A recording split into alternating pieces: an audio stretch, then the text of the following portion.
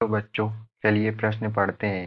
कितने ज्यामिति समावयवी दिए गए यौगिक के लिए संभव है? हमें यहाँ पर यौगिक दिया हुआ है जिसमें CH3 CH double bond CH CH double bond CH और CH2 है। हमें यहाँ पर ये यौगिक दिया हुआ है जिसके यहाँ पर हमें प्रश्न के 4 विकल्प दिए हुए A 4 B 3 C 2 और D 5। तो चलिए अब हम प्रश्न की मुख्य अवधारणा देख लेते हैं। तो यहाँ पर हमारे प्रश्न की मुख्य अवधारणा क्या होगी?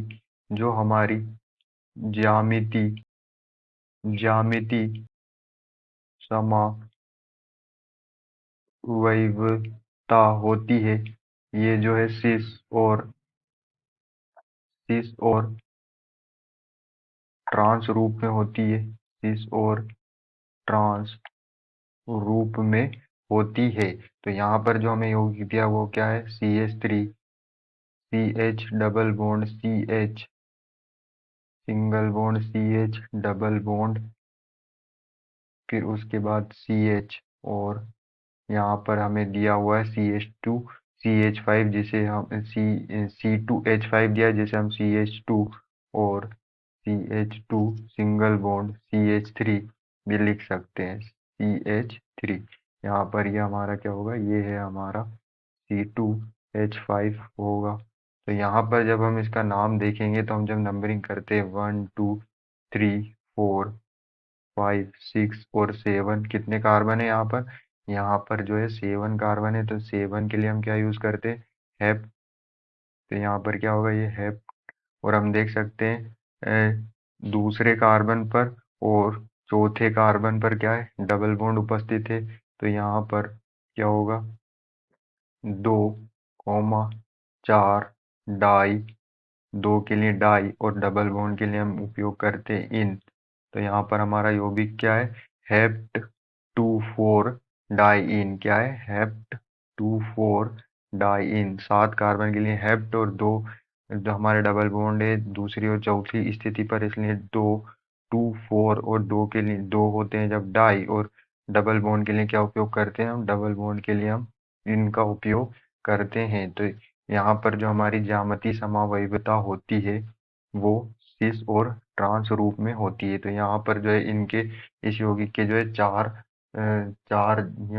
तरह के यहाँ पर जो है ज्यामिति समावयवता हो सकती है। तो चलिए हम देख लेते हैं। तो यहाँ पर जो कार्बन डबल बॉन्ड कार्बन से H और CH3 जुड़ा है और इस तरह से H, तो हम देख सकते हैं यहाँ पर जो है हाइड्रोजन हाइड्रोजन जो है समान हो रहे। और जो हमारी कार्बन की श्रृंखला है, एक कार्बन और जो एक कार्बन की श्रृंखला में डबल बॉन्ड से जो C2H5 जुड़ा, ये एक और है। तो यह हमारी ये कौन सा रूप होगा? ये हमारा जो है सिस रूप होगा।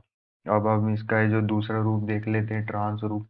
तो ट्रांस रूप में जो है ट्रांस रूप क्या होता है? जिसमें जो है समूह जो होते हैं वो अपोजिट और विपरीत और जुड़े होते हैं।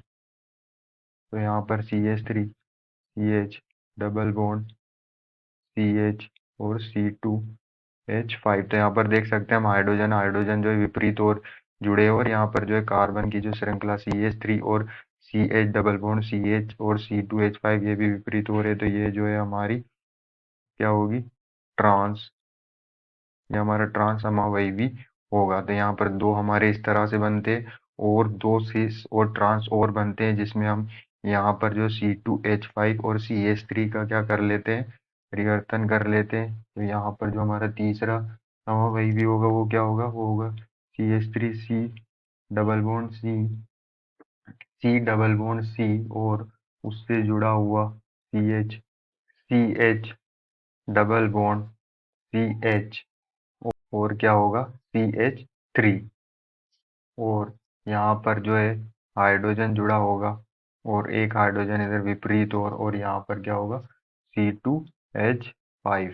तो यहाँ पर हम देख सकते हैं हाइड्रोजन हाइड्रोजन जो है विपरीत हो रहे, और यहाँ पर जो हमारे कार्बन की श्रृंखला है वो भी विपरीत हो रही। तो ये हमारी कौन सा समावयवी होगा? ट्रांस। ये हमारा ट्रांस होगा। अब जो है हम चौथा समावयवी देख लेते हैं। तो उसमें ये हम जो है यहाँ पर जो हमारा यौगिक ये इस तरह से बना लेगा। ये जो है सिस बना लेगा। यहाँ पे जो है हाइड्रोजन हाइड्रोजन समान और यहाँ पर जो कार्बन की श्रृंखला है इस तरह से,